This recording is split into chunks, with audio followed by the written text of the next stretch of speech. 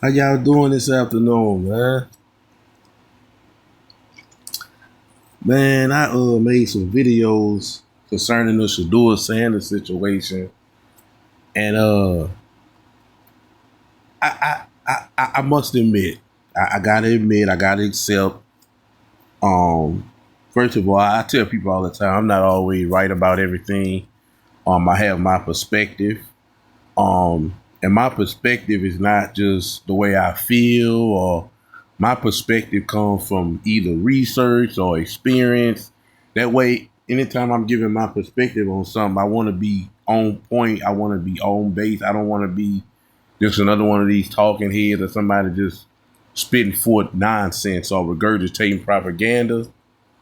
Of course, I'm anti woke, so the Shedeur Sanders situation, and I spoke on it in my last video about him being that this my third video. I made it clear that it wasn't a woke stance I was taking on Shedeur. And because like I said, Johnny Manziel went through the same thing. Coincidentally, he was drafted by the Cleveland Browns as well, but he kind of went through the same thing with kind of being a little flashy and then at that time it wasn't even, NIL. They didn't even have NIL. They didn't even have NIL when he was in college. Well, of course, which we know, of course, the greatest player, as great as he was, arguably one of the best college football players of all time. We know he was getting paid under the table. Not to mention his grandfather was an oil tycoon. So Johnny Manziel was good. You know what I'm saying? He didn't need the NFL. Um, but I mean, if you like to play football, you played it all your life. Why not do it for a living? And these guys make lots of money, and especially when you play in that quarterback position, because the quarterback, man. And I heard somebody speaking about this on one of these shows I was listening to today. The quarterback position is a very, very, very interesting position. That's why, like, the new quarterbacks like C.J. Stroud and Jade Daniels and all these new quarterbacks, 5 years from now, Caleb will, they're going to be making 70, $80 million a year. That's the kind of money that they're going to be making. They already making 60 a year now.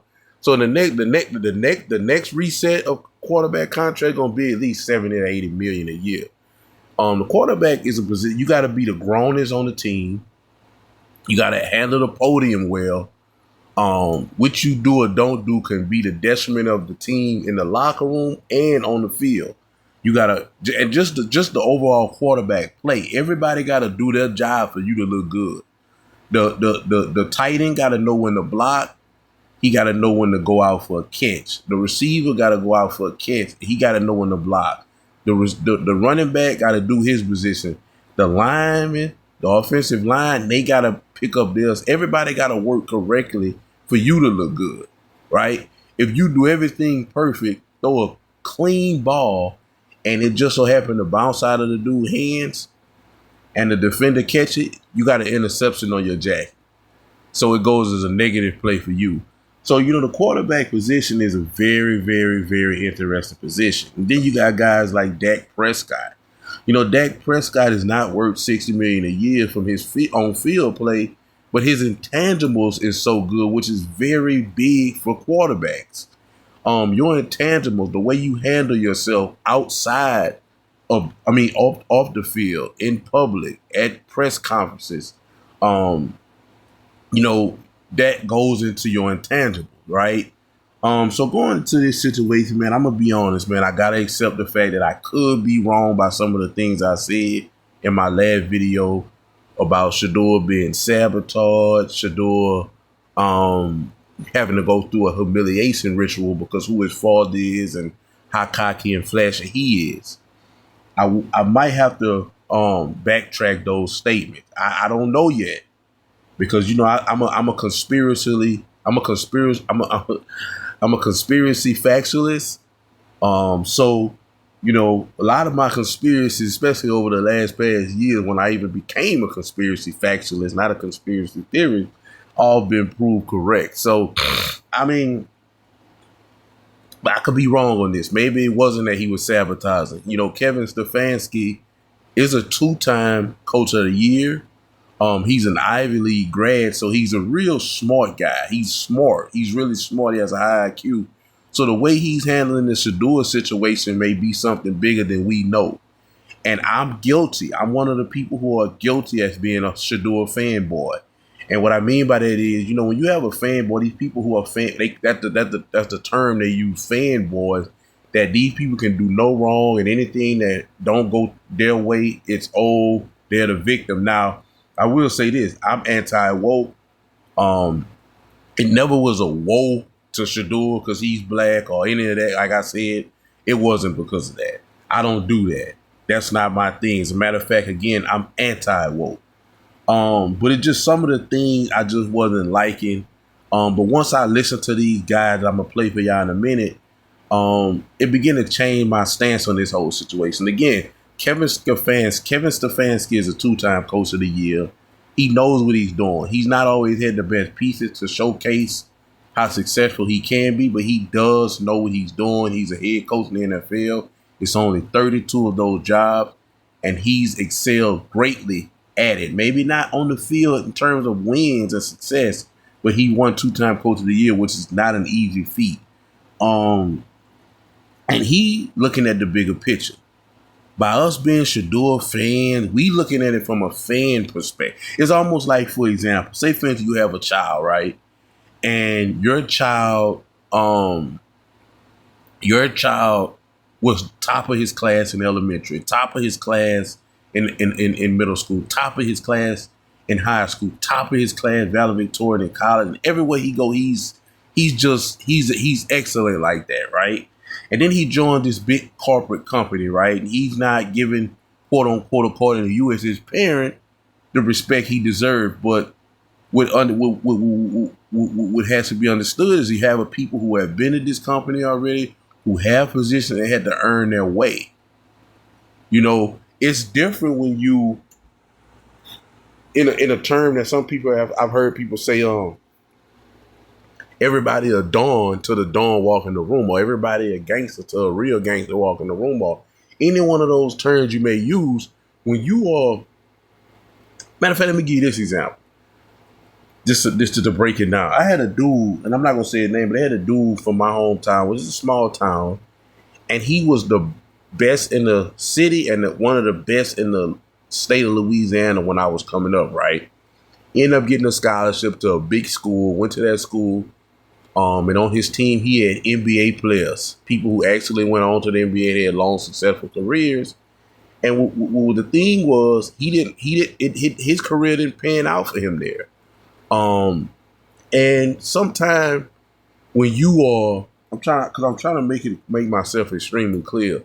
Sometimes when you are in a certain group and you're excelling, and you're excelling, and you're excelling, and you're excelling until you get to a group of people who just like you, who've been excelling in their respective areas in that same field. And now you look kind of like abysmal.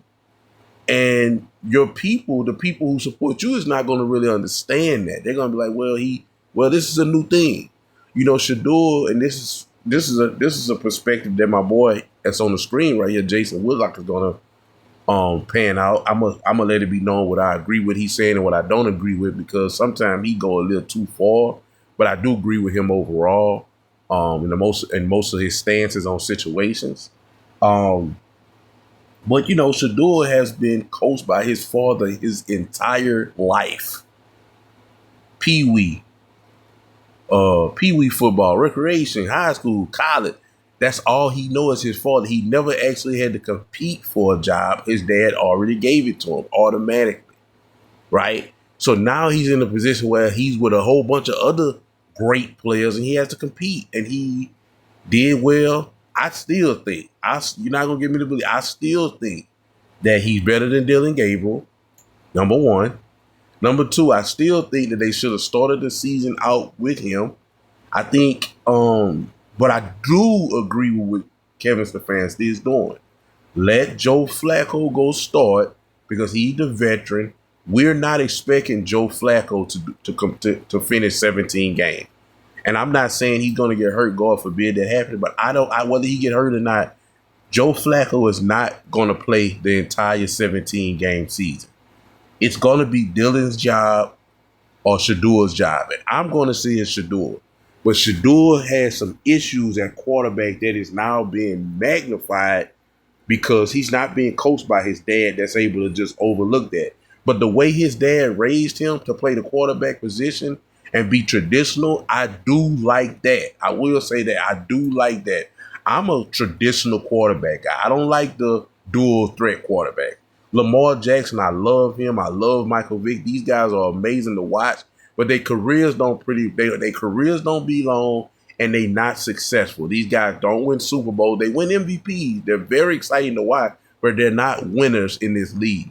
You got to understand the NFL got the best in the world DBs, the best in the world defensive tackles, linebackers, and over time these people these defensive coordinators they spend 16 hours a day trying to figure out how to stop you, and they got the weapons that I just said in their arsenal. They're the best linebackers, the fastest, strongest defensive tackles and DBs to combat that dual threat style. That's why it hasn't been successful in this league.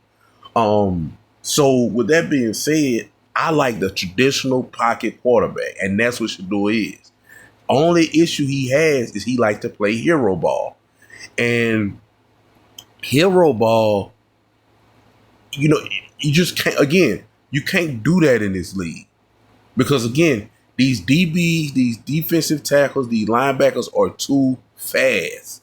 So while you're playing around and getting in the pocket like we see, even though those guys that he played with are all cut at this moment, like we said, because they was fourth and fifth string guys, the thing is he was making bad plays worse. And coaches will always tell you, don't make a bad play worse. And maybe Kevin Stefanski was trying to evaluate him to see if he had changed by playing hero ball. Hero ball is fine. Hero ball is cool in the preseason, in college. But again, I'm going to say this again. When you get on Sundays in the NFL, you dealing with the best of the best of the best on the defense side of the football. You cannot play hero ball. You're going to get hurt. And what you're going to, not where you could get hurt, but worse than that, you're going to turn a lot of bad plays into worse. Right? As we seen him, what he was doing was and like I say, maybe Kevin Stefanski did that. And I like the way Kevin Stefanski is staying poised in all this.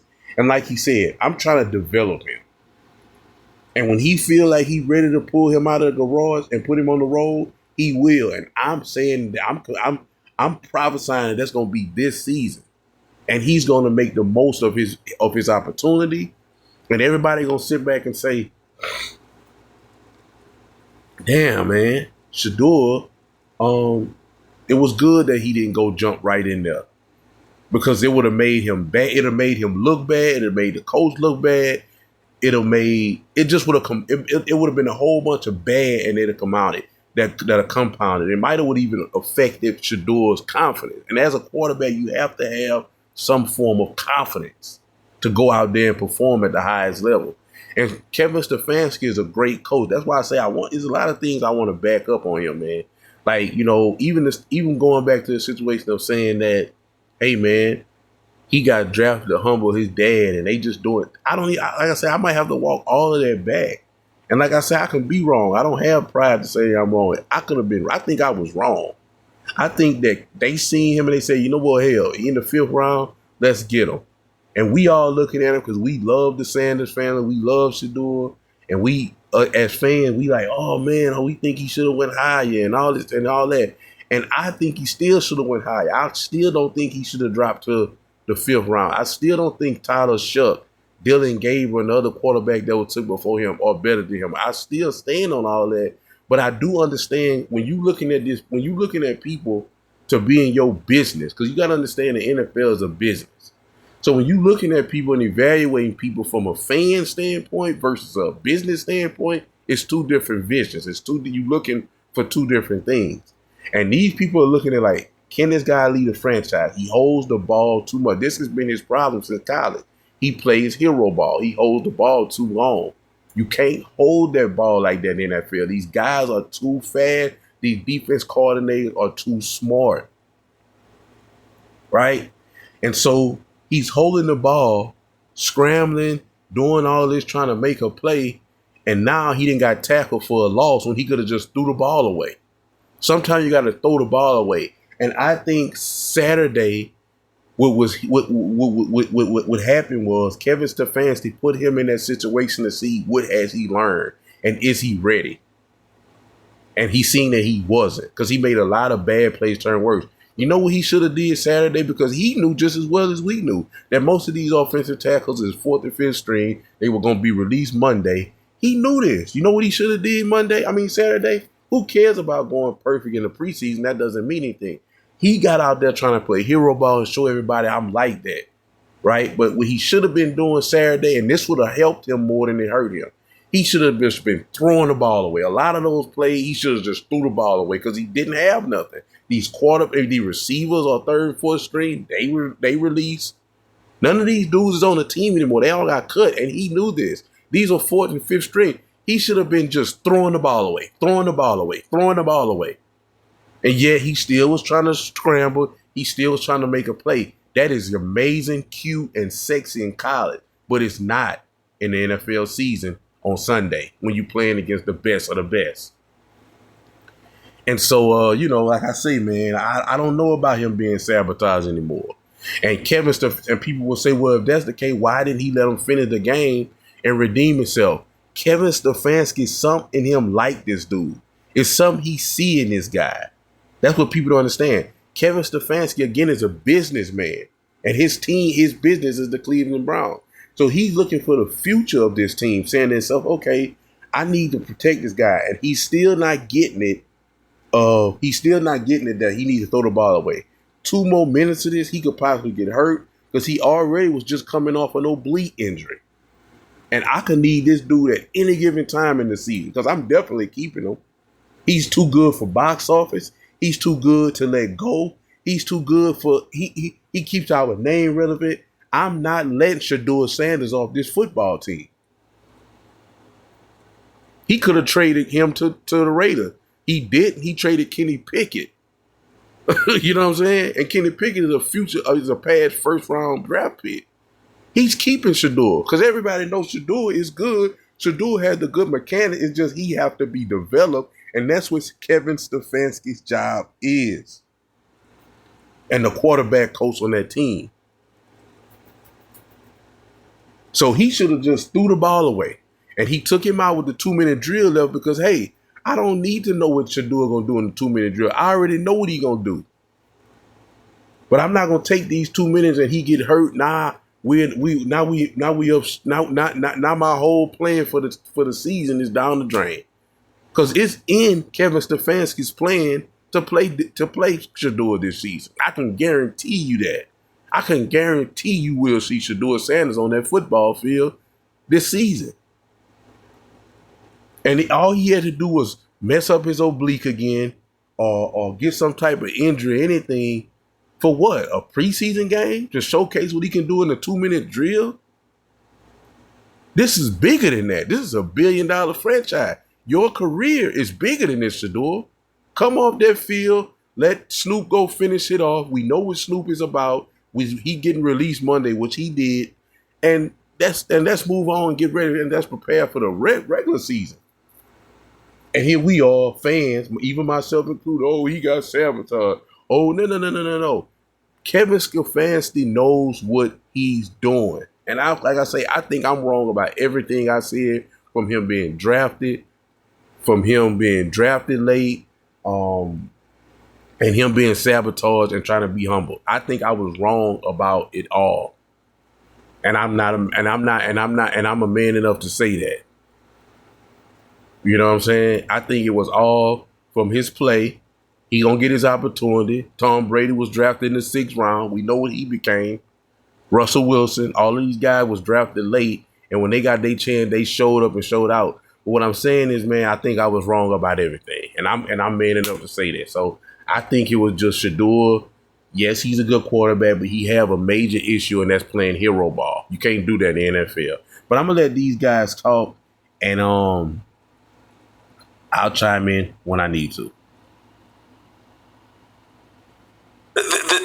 this equal battle that everyone's talking about, it's all determined by draft order. It's all determined by what's going on in practice. It's Mary Kay Cabot that covers the Cleveland Browns. I referenced this to you all last week. She wrote a piece explaining, like, hey, Kevin Stefanski's having to spend extra time with Shedeur because he's not that familiar with the playbook. He's not that familiar with reading different coverages and all. He's behind because he's only played for his daddy in an offense totally bent Shedeur's direction. Shedeur is not ready, and his attitude is horrendous. He's Debbie Downer. But this whole, you got to give him equal chances. No, you don't. That's never been the National Football League. That's never been sports.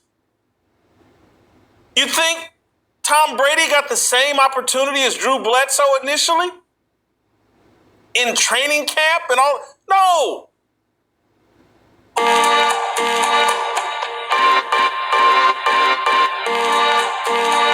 Camp and all? No. This is what cracks me up, is there's no consistent logic or philosophy. Every athlete I know, black, white, whatever, all these young athletes, man, I got mine out the mud. I got it out the mud. And what they really want to say is, I want a silver spoon in my mouth. I don't like the struggle. I don't want the struggle. I don't respect the struggle. This, I got it out the mud. It's all just sloganeering. It's everybody loves the underdog story until their daddy is Deion Sanders. Everybody loves the underdog story. But now that Deion Sanders has a silver spoon kid, now that LeBron James has a silver spoon kid, nobody wants it out the mud anymore. Everybody wants it out of a silver spoon. Shedeur was the best quarterback in the draft. He's this, he's that. He's John Elway. You put John Elway on any team, and the results are the same. The man looked like trash. They keep talking about he's out there with third and fourth stringers. Someone put up a picture of these offensive linemen that were blocking for him. 4 out of 5 of them have been cut. And the pocket is so clean. It's so clean, you could wash a baby in that pocket. So these 4 or 5 offensive linemen that are trash and aren't on anybody's roster provided Shedeur a clean pocket. And I'm like, what's the problem here? I don't care what their names are. I don't care what team they're on. I don't care if they got cut. They provided the man a clean pocket, and he couldn't get it done. Anybody that watches the tape, seeing this man drift around the pocket, back up, take these horrible sacks. You can look at pictures. You can look at the video. Receivers open. They were available. He can't process. And he had a bad attitude. That was a big part of the problem. Y'all have convinced this man that he is a victim, and he went out there with a victim mentality. Instead of seeing an opportunity, Shedeur thought he was a victim. I got to play with a third and fourth team. I'm only playing in the second half, blah, blah. He's never had to compete a day in his life. His daddy named him the starting quarterback on every team he ever played for except for the Cleveland Browns, and we're shocked that the man doesn't know how to compete?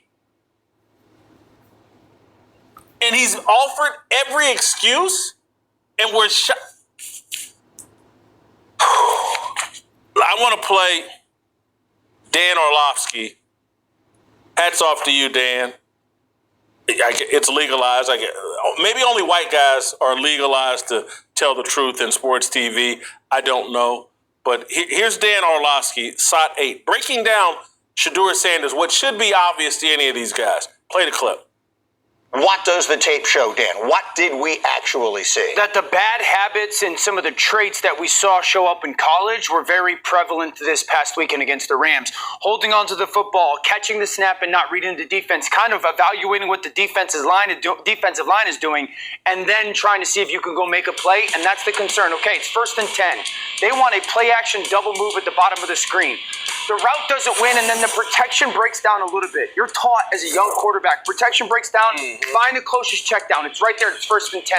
He gets to like the 4th part of the progression backside. That's not really part of it. Get the ball out of your hands. 2nd and 9. This is a spot concept up top. Flat, spot route, and a corner. It goes 1, 2 to 3. That defender tells you what to do with the football. If he goes out, you throw it inside. If he goes in, you throw it outside. He goes out. That ball should go inside right now, and then it's 3rd and 2 and 3rd and 3. But he just predetermines the throw. Motion man is the guy who's going to get the football. This is playing fast. He's going to be wide open in the NFL. Ball has to come out right now with the anticipation. Shedeur moves slowly, kind of trying to see what's going on, and then that creates that sack fumble. So a lot of the stuff that we just saw in college is a big deal. This ball gets snapped at the 48-yard line. Defense has won the rep. Play is dead. Throw the ball away. Yep. It's 1st down. But instead we run, and it's a 2.5, 3-yard loss. So instead of being 2nd and 10, we're 2nd and 13. We're dead. Again, here's the opportunity to throw the juke route. Hold, scramble. So some of those things that I was and others were concerned about on the college tape showed itself again. This is not the end of the world, though. This is part of his development in becoming a potential starting quarterback. Will you go straight to jail the moment you use your gun in self-defense? Many gun owners think this is part of his development in becoming a potential starting quarterback. And it's part of the reason why every team in the NFL passed on him multiple times during the draft. And he didn't get drafted until 144 because some people saw this coming. And then a lot of people said to themselves, his dad is Dion. Dion is a legend. Dion is football royalty. We don't want to have to deal with him, not really like on no personal level, but maybe on a personal level. By drafting his son and not being able to put his son in position to win. So we just not going to touch that. And Cleveland took an opportunity to even say, you know what, this is the 5th round. He's still here. We're not leaving this guy on the draft board because he has lots of potential.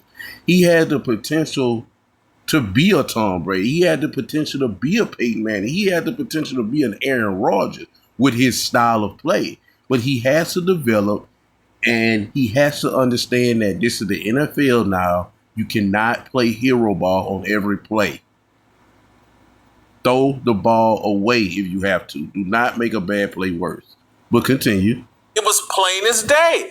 Show me an NFL quarterback, and maybe there are some, that spent pee-wee football, junior high football, high school football, college football, all being coached by their daddy. It's never happened. Show me an athlete who's never had to compete for the starting job. Never. And then try to tell me he's a great competitor. He's never had to compete. Shannon Sharp had to go to Savannah State. He didn't have the grades to get into any major college. Shannon Sharp got it out the mud. And now he's on camera on his show. The Silver Spoon kid, he's being set up for failure. He's hosting this conversation. What values do any of you guys hold dear? Is there anything you really believe in? Other than, man, I don't want Dion mad at me. And man, I don't want Black Twitter criticizing me. I'm listening to people that legitimately came from nothing. And they're looking at a Silver Spoon kid with gold chains around his neck and a daddy that has pampered him his entire sports career. And y'all caping up for, oh, we're just all about justice and we just want fairness and we want people that come from nothing to have a chance and blah, blah, blah. Here's a kid that comes from everything and you're still trying to portray him as some sort of victim. You're still trying to protect him from having to actually compete. This is amazing to me, but it's not when you understand this entire system that they put together. The elimination of journalism, the elimination of objectivity has rigged everything for conflict. So how do you get conflict out of Shedeur Sanders? Well, you pick out some random white adjacent or white quarterback to pit him against Dillon Gabriel. And you make up a narrative. Look what they're doing for Dillon Gabriel. Oh, he got to work with the second team. Now, he was drafted in the 3rd round, the perfect place to take someone you think is a backup quarterback. And then for some reason, because the Browns in the NFL are into this soap opera-like environment, this manufactured conflict. We want a soap opera. The game doesn't matter. We want people pitted against each other, particularly black and white. And so when Dillon Gabriel makes a comment about, hey, I'm a competitor, I'm not an entertainer, he's talking about the media, but we twist and turn that into, oh, he just took a shot at Shedeur, and Shedeur is a victim, and now let's go run to Shedeur. Oh, did you hear what Dillon Gabriel said about you? Oh, can you believe it? He said he was a competitor, and he said you're an entertainer, and he never said that. But let's watch Shedeur lean into it because he's the clickbait king.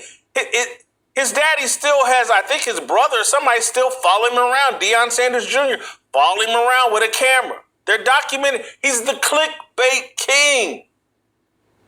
It's conflict and controversy. That's what they're selling. Don't miss a second of Fearless. Hit that like button and subscribe to keep up with our... He spoke a lot of truth in there, man. You know, he spoke a lot of truth, about 95%. But I want to go to this next video and hear these guys' perspective on it. And this is the real perspective that kind of woke me up and said, wait, and mind you, let me go to it right quick.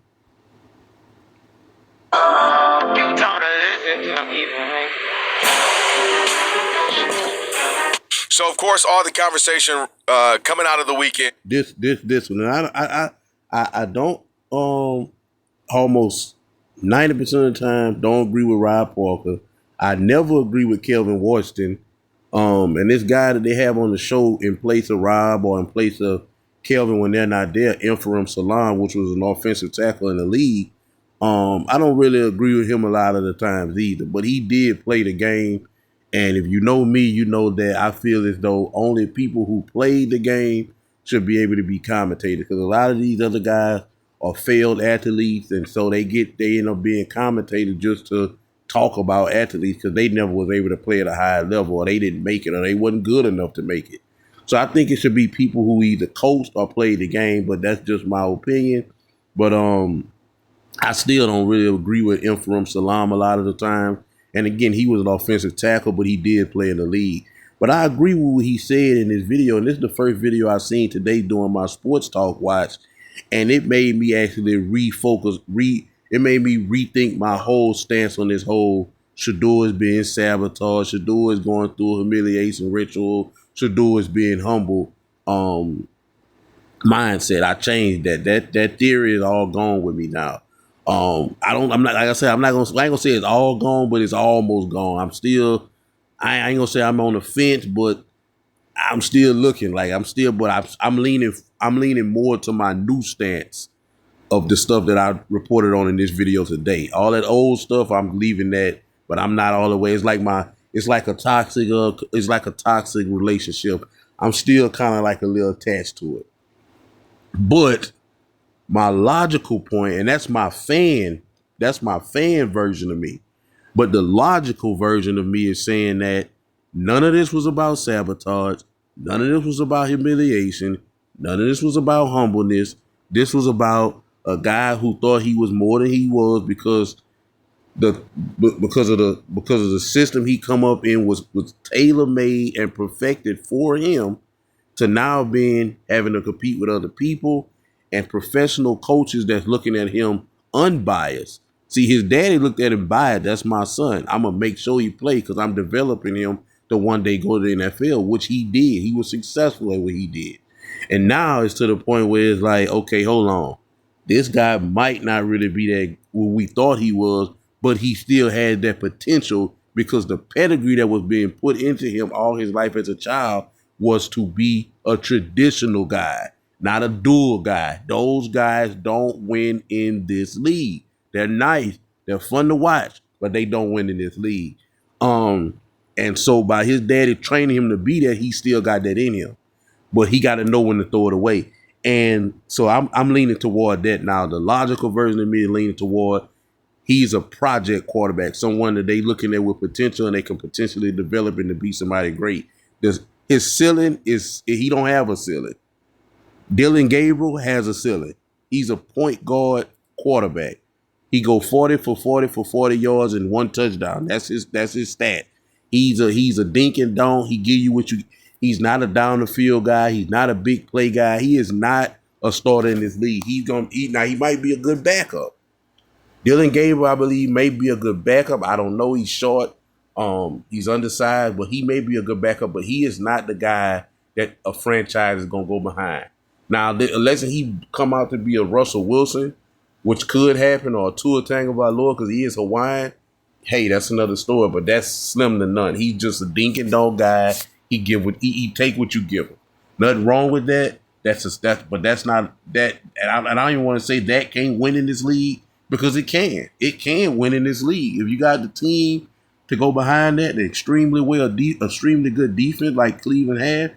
That can be a winner in this league. It's not something that's going to be electrifying. It's not something that's going to break the scoreboard, but it's something that can get you wins and take you into the postseason. So that's what I'm going to say on Dylan Gabriel.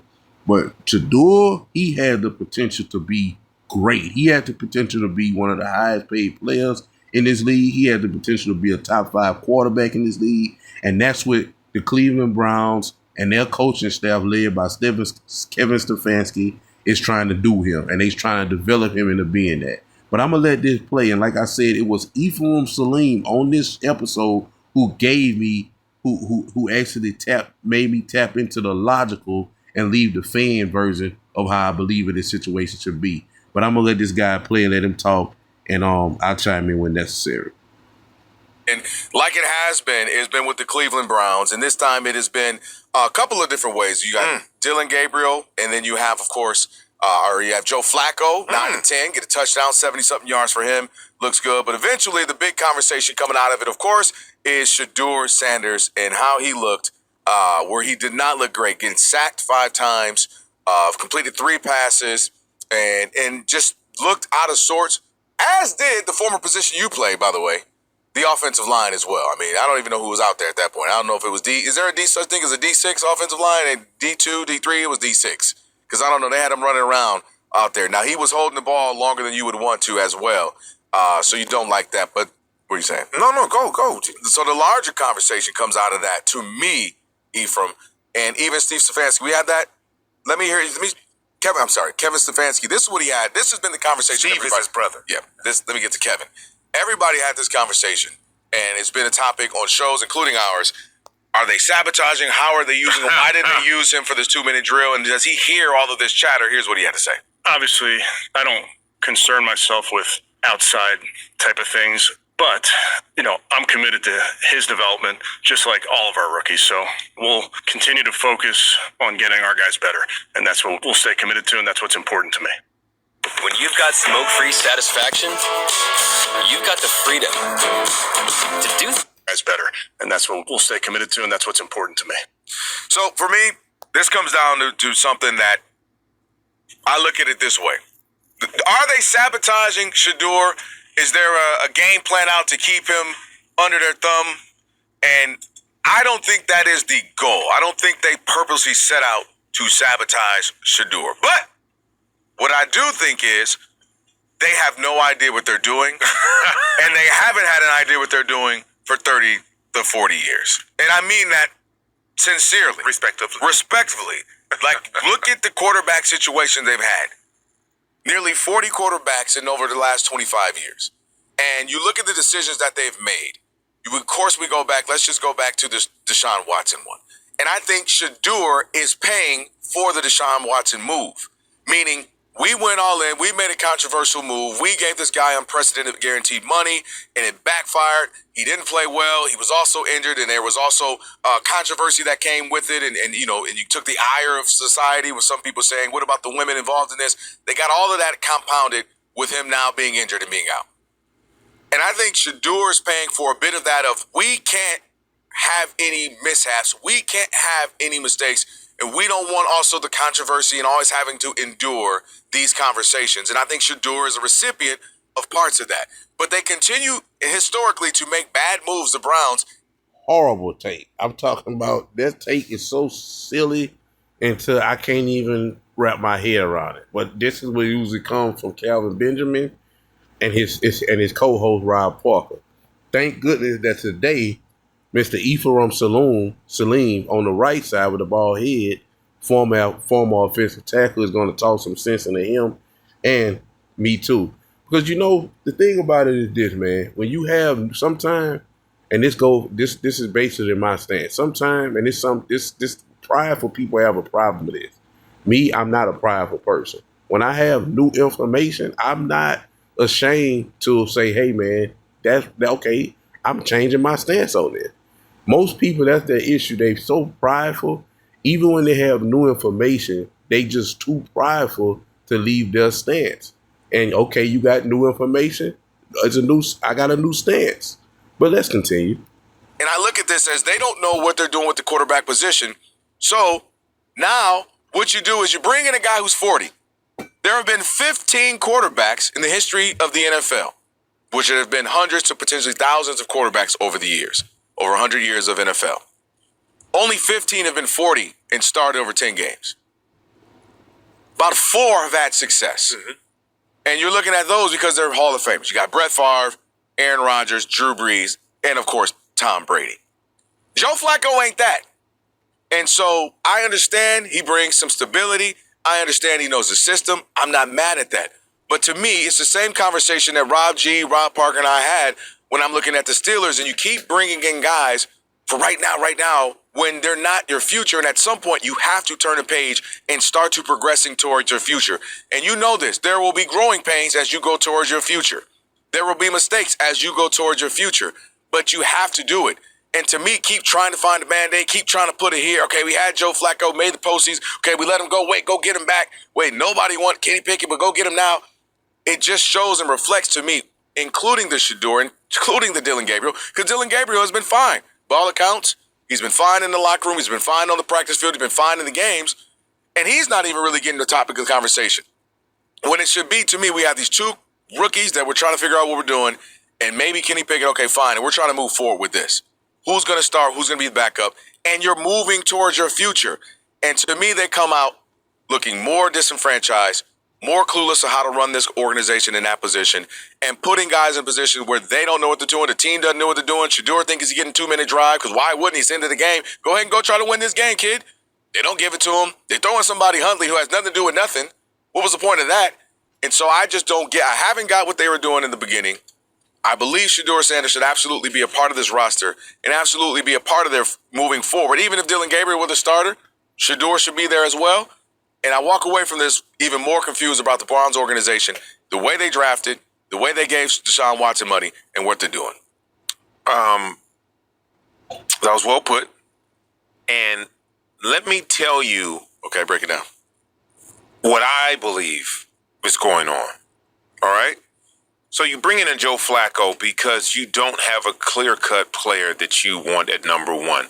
You're not really mesmerized by any of the young players in this draft, right? Mm-hmm. So you you punt on drafting a first, second round quarterback and opt for more of a developmental rookie quarterback, which you get in the later rounds, third on. You know there's about 6 or 7 kids next year will be first round quarterback talents.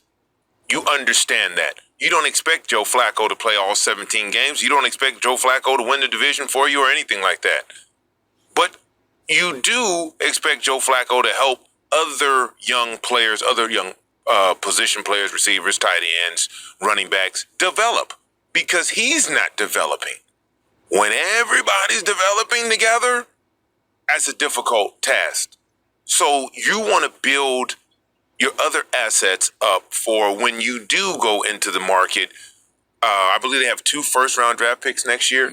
When you do go into the market and you find the kid that you'll be watching all college that you'll want to spend a first-round draft pick on. With that said, you take Dylan Gabriel in the 3rd round.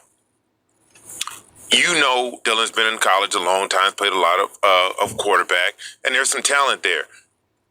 You get told by ownership, hey, in the 5th round, well, when the 5th round came around, Shedeur was still on the board, you got to take Shedeur Sanders. So they take him. You wouldn't normally draft 2 quarterbacks in the same draft. It never works out well. But the mandate was sent down. They did what they were supposed to do. Now, Joe Flacco didn't play until the last preseason game because you know what Joe Flacco is.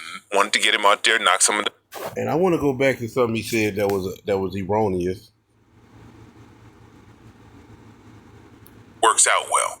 But when the 5th round came around, Shedeur was still... And this is what he about to say. Listen. On the board, you got to take Shedeur Sanders. So they take him.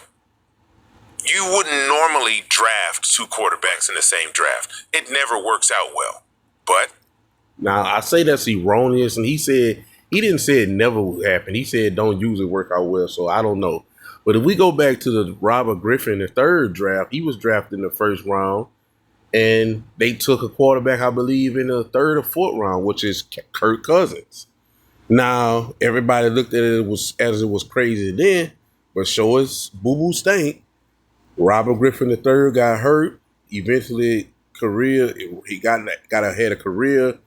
You might as well say a career-ending injury. It didn't actually end his career, but he never was the same after that. And they moved on to Kirk Cousins. Kirk Cousins became an above-average quarterback, still in the league today.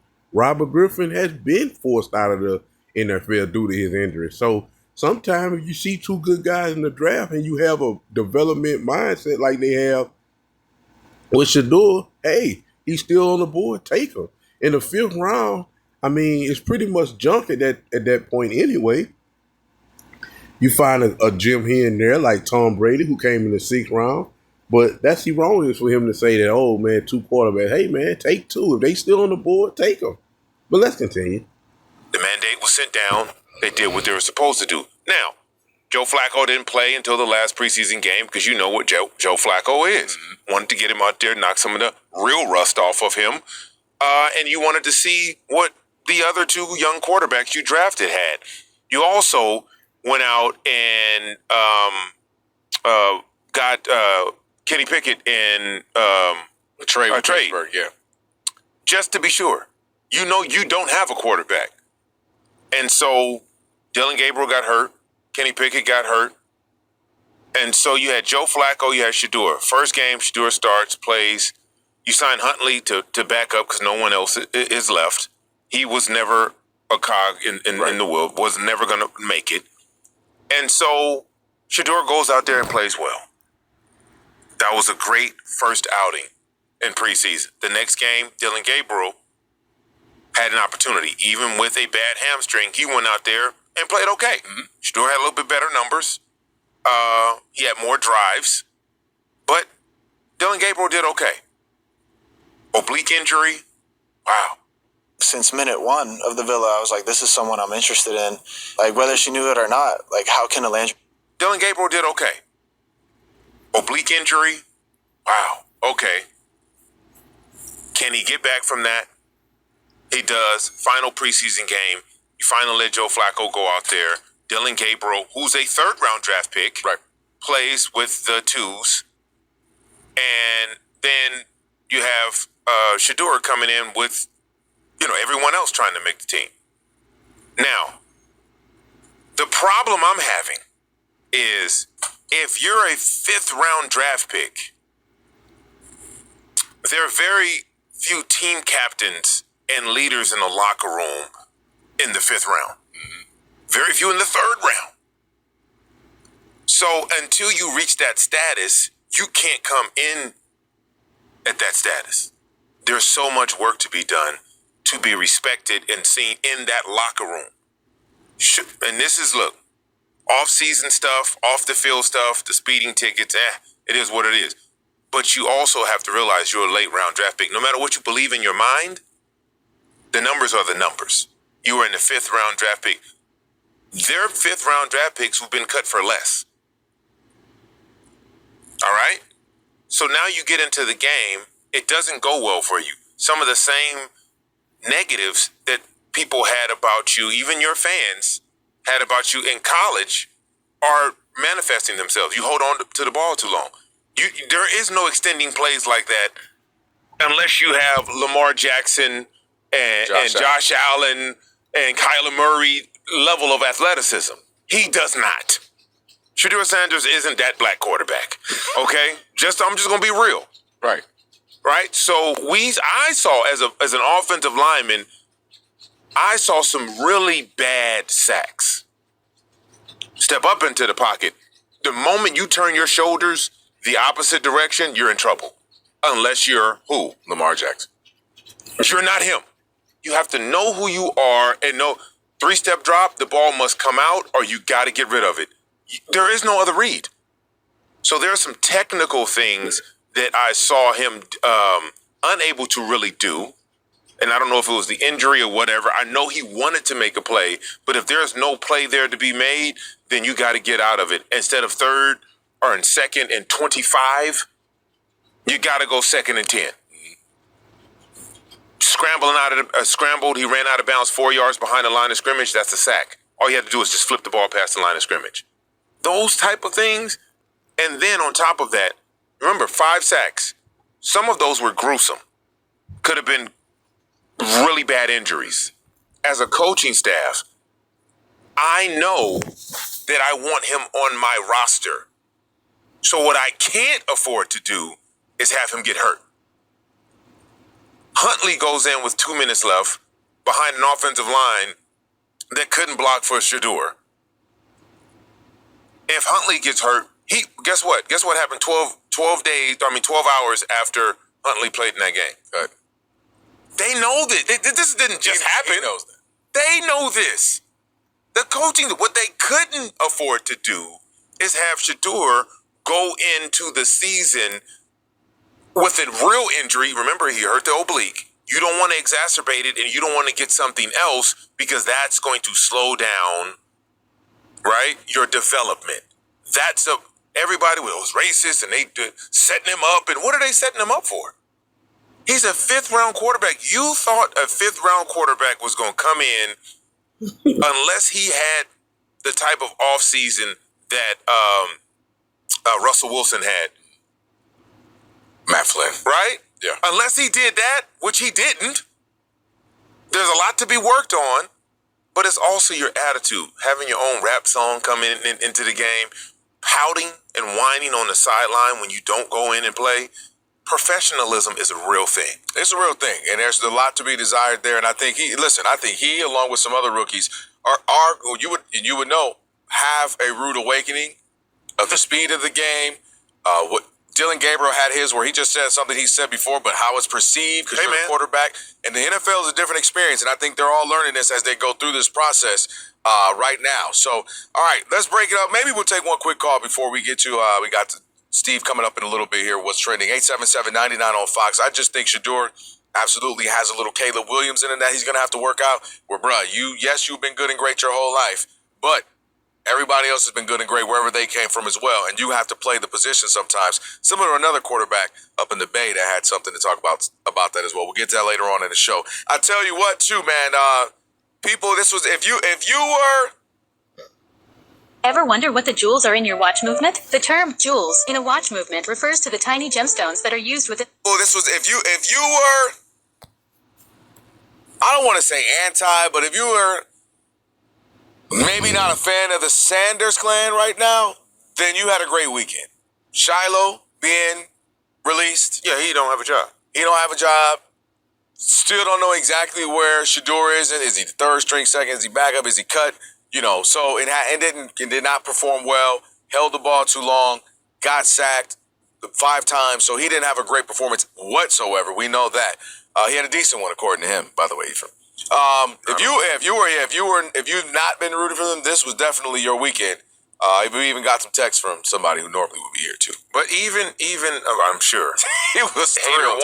He was thrilled. What I was saying before we went to break is there's a level of professionalism that comes with being an athlete, a pro athlete, and you have to earn how you feel inside. Like if you feel like I was a 7th round draft pick, but I didn't feel like a 7th round draft pick inside. I know something about going into training camp 4th on the depth chart and ending up starting opening day. I know the fight it takes to do that. Right. And you have to be open and you have to be honest with yourself. Right? Like you don't create this thing to where you feel outwardly bigger than your reality. Meaning the coach didn't put you in the 2-minute drill because he didn't want you to get hurt because you almost got hurt in the series that you played. Period. 2 minutes, and that's when they thought it was run or pass. 2 minutes, it's just all pass. And oh, by the way, the guys who were sacking him in 12 hours will be out of work. About 2,200 players will be looking for something else to do by tomorrow's cut deadline. A large portion of those guys sacking him will be in those 20, right? So they're trying to make a team too, right? And so you have to understand that and be 100% okay with the decisions the coaches at this level are making. It's not, you can't transfer, can't go to another school. No one's going to come save you. You got to save yourself. So I would just like him to just focus on the game, right? I felt a certain type of way at the first preseason game when he came in with his own rap song playing and the entourage and all of that. This is preseason. Opening day, that's what you got to get yourself going? Cool. Something doesn't go right in the game, do not sit on the bench and sulk. If you watch, that's what I'm looking at. You can play good and bad. It happens. Everybody. I've had terrible games. I've had good games. It happens. How you handle yourself on the sideline when those things don't go your way. That's the intangibles I was talking about earlier. Everyone's watching. Your teammates, owners, fans, everyone. You sitting on the bench, head in your hands, towel on your face, arguing with someone. All of those things matter, especially when you're trying to be the face of a franchise at the quarterback position. Those are the problems I'm having. I think there's a perception that a modified version of yourself is a complete change of yourself, meaning you're in a different environment. It's okay to switch it up a bit. Be you, because that's the most important thing in life for all of us, is to be your authentic self. However, you can modify when you're in a different situation. Right now, I'm the star of the team. You can handle yourself certain ways. I'm coming up in with certain ways. It's levels. There's levels to this, and that's one thing that I think again he'll have to balance, because you're not as talented as your dad. You're not where your dad, talent man. will allow you to do certain things. Well, they'll kind of look the other way. Like I wouldn't have said that, but you see how good he is. I wouldn't have did that, but you see how good he is. I wouldn't have been speeding, but you see how good he is. And I just hope somebody, man, his dad, the great Shedeur Sanders, his older brother, or maybe a friend or a mentor, maybe you might see this video and just let them know, look, Shedeur, man, just focus on being developed. Let these professionals help you develop. You're not playing for pops anymore. You're in a league where you have to earn everything. Nothing is given, especially when you drafted in the first round. I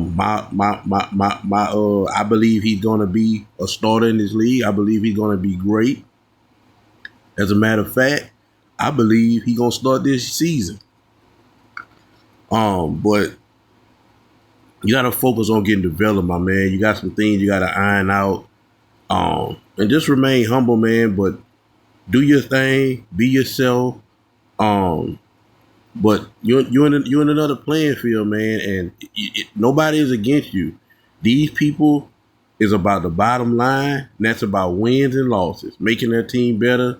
They see potential in you. They took a chance on you, and they're trying to develop you into being the quarterback that they think you can be, that I know you can be.